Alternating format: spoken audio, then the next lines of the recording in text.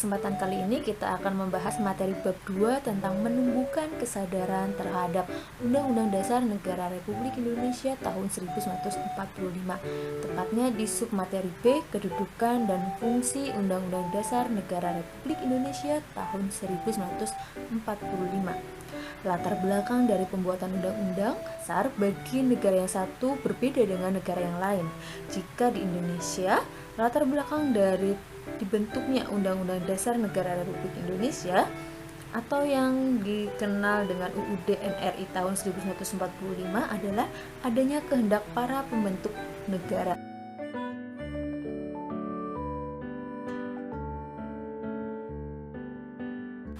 Konstitusi berasal dari bahasa Prancis, yaitu constituer, yang artinya membentuk. Jika menurut KBBI, konstitusi ialah segala ketentuan atau aturan ketatanegaraan.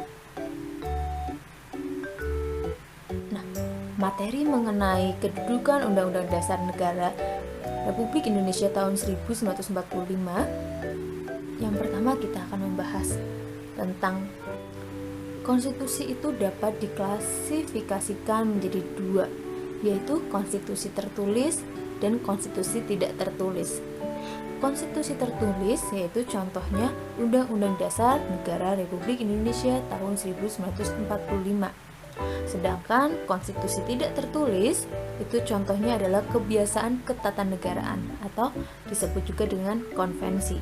Contohnya yaitu pidato kepresidenan yang selalu dilaksanakan setiap tanggal 16 Agustus di hadapan para anggota DPR. Perbedaan antara konstitusi tertulis dan konstitusi tidak tertulis, jika konstitusi tertulis, konstitusi yang dituangkan dalam sebuah dokumen formal. Nah, kalau konstitusi tidak tertulis itu berarti tidak tertuang dalam dokumen formal, dapat berupa kebiasaan-kebiasaan. Maka dengan demikian, kedudukan dari Undang-Undang Dasar NRI tahun 1945 yaitu Undang-Undang Dasar ini merupakan hukum dasar atau konstitusi yang berkedudukan sebagai sumber hukum dan merupakan hukum dasar yang menempati kedudukan tertinggi. Artinya, setiap peraturan perundang-undangan di bawah Undang-Undang Dasar NRI tahun 1945 harus berlandaskan dan bersumberkan pada Undang-Undang Dasar Negara Republik Indonesia tahun 1945. Dengan demikian, UUD mempunyai fungsi sebagai alat kontrol, alat pengecek apakah norma hukum yang lebih rendah yang berlaku itu sesuai dengan ketentuan Undang-Undang Dasar atau tidak. Sedangkan sebagai hukum dasar tertinggi artinya segala peraturan perundang-undangan yang ada di bawah Undang-Undang Dasar tidak boleh bertentangan dengan Undang-Undang Dasar. Materi yang selanjutnya yaitu mengenai sistematika Undang-Undang Dasar NRI tahun 1945. Setelah amandemen, minggu lalu Ibu sudah menjelaskan secara singkat mengenai sistematika setelah dan sesudah amandemen. Amandemen itu bisa diartikan sebagai perubahan. Nah, kalian tentu masih ingat ya, berapa kalikah Undang-Undang Dasar kita di amandemen? Iya, betul sekali. Sudah 4 kali Undang-Undang Dasar NRI tahun 1945 di amandemen. Nah, sistematika setelah amandemen lebih rincinya itu seperti ini. Yang pertama, pembukaan masih terdiri dari 4 pasal. Yang kedua yaitu pasal-pasal. Pada bagian pasal-pasal, sebelum amandemen itu istilahnya adalah batang tubuh. Nah, setelah amandemen berubah menjadi pasal-pasal. Sebelumnya terdiri dari 16 bab, lalu dirubah atau diamandemen menjadi 21 bab.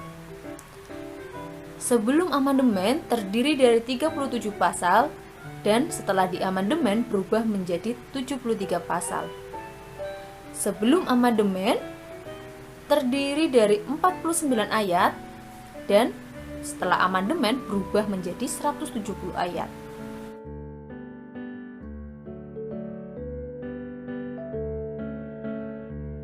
Yang selanjutnya yaitu materi tentang sifat dari Undang-Undang Dasar Negara Republik Indonesia tahun 1945. Yang pertama, sifat tertulis.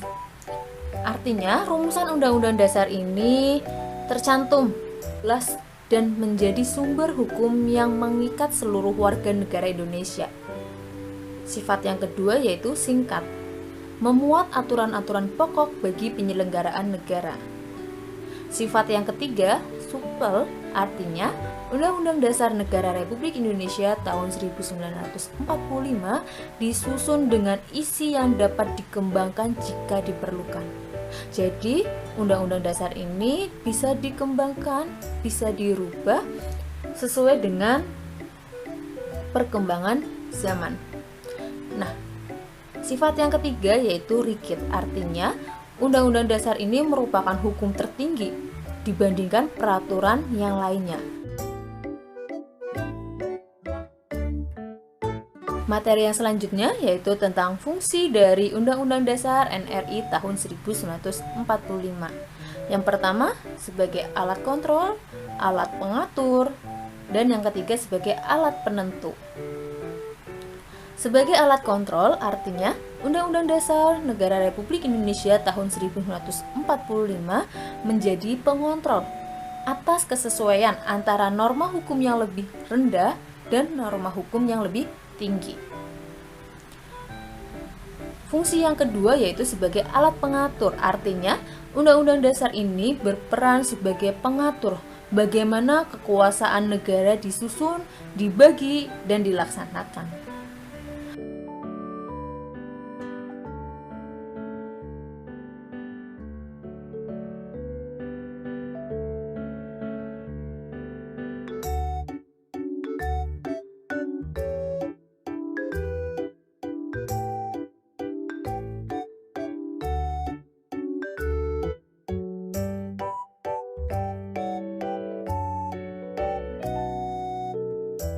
Untuk mengakhiri pertemuan kita hari ini, silakan kalian kerjakan kuis kedua kita di semester ini.